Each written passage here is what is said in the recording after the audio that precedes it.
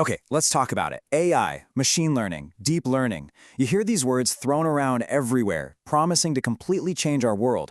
But what do they actually mean? Let's untangle them, shall we? Look, they get used interchangeably all the time. But here's the thing. They are not the same at all. And getting this right, it isn't just about sounding smart with buzzwords. It's literally the key to understanding everything from why Netflix recommends a certain show to you, all the way to the future of self-driving cars.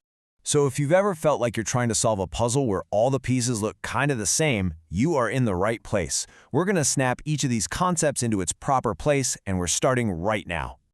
All right, let's start at the very top, with the big one. So our starting point is the original dream, artificial intelligence, or AI.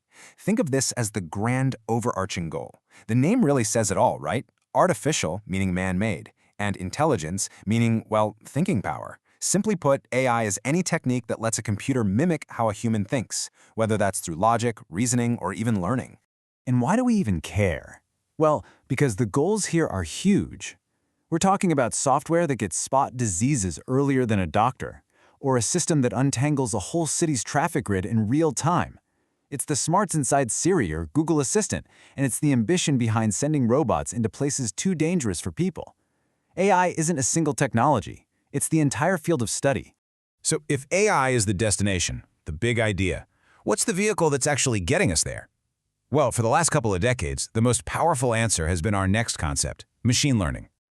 This visual really captures the relationship perfectly. See, AI is the whole universe. Machine learning isn't some separate thing. It's a powerful subset of AI. It's one specific and, frankly, wildly successful strategy for achieving that AI dream. This is the approach that absolutely exploded once we had massive amounts of data and the computer power to crunch through it.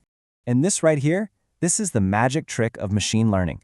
Instead of a programmer having to write code for every single possible scenario, you just give the machine a ton of data and let it figure out the patterns on its own.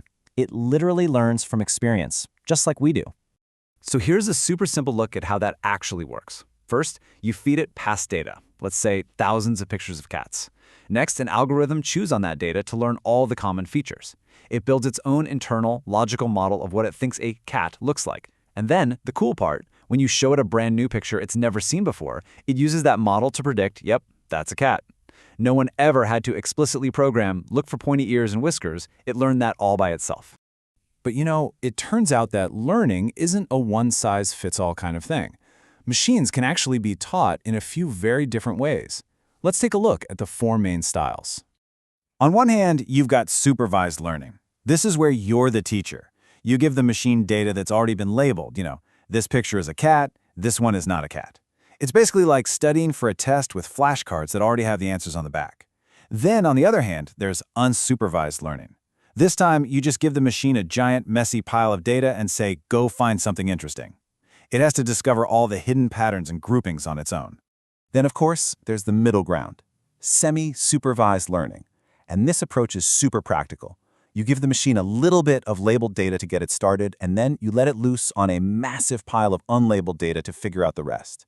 It's kind of like getting a few key lessons from a teacher before being sent to the library to study on your own. And finally, we get to reinforcement learning, which is all about learning from consequences, pure trial and error. The process you see here is basically a constant feedback loop. You have an agent, maybe a robot or a video game character, and it takes an action in its environment.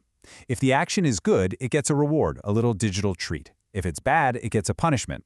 After millions and millions of trials, it literally teaches itself the best strategy to win.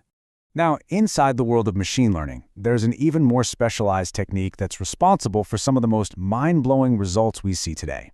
It's time to go one layer deeper. So we're back to our diagram, but now we are zooming way into that very inner circle, deep learning. It's a subset of a subset. It's the most specialized high-performance tool we have. And this is where so many of today's biggest breakthroughs, from real-time language translation to those crazy AI image generators, are actually happening. Deep learning gets its name from its structure.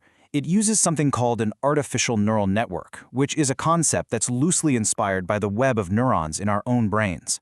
These networks have many, many layers stacked on top of each other, and that's the deep part. This visual does a great job of showing the magic of that depth. So imagine you're feeding it pictures of faces. The very first hidden layer doesn't see a face at all. It just learns to recognize really simple things, like little edges and bright or dark spots. The next layer takes those simple edges and learns to combine them into more complex shapes, like eyes and noses.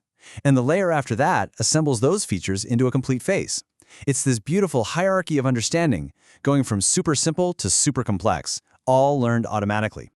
Now, this all sounds absolutely incredible, but let's be real, it's not without its challenges. It's time to pull back the curtain a little and look at the reality of what it takes to make machine learning actually work. Probably the biggest hurdle, almost always, is the data itself. These models are unbelievably data hungry, and finding enough clean, high quality, and importantly unbiased information is a massive challenge. It's the classic rule of computing: garbage in, garbage out. And then you've got the human element. This stuff is all still so new, and there just aren't enough experts out there who know how to properly build, train, and maintain these incredibly complex systems. The technology is literally advancing faster than our ability to train people to manage it. And finally, you run into some big technical hurdles. These models can be incredibly slow and expensive to train. But maybe even more challenging is the fact that many of these deep learning models operate as a black box. They'll give you an answer, but it can be almost impossible to know why they made that specific decision, which can be a really big problem. So let's put it all together in one simple takeaway. Think of it like this. Artificial intelligence is the big dream of creating intelligent machines. Machine learning is the primary vehicle we're using to get to that dream. And deep learning, that's the supercharged, state-of-the-art engine inside that vehicle, the one that powers through the absolute toughest jobs. And that really leaves us with the critical question for our time. We've successfully built machines that can learn. The great challenge facing us now is how do we make sure they're learning the right things? Thanks so much for joining me.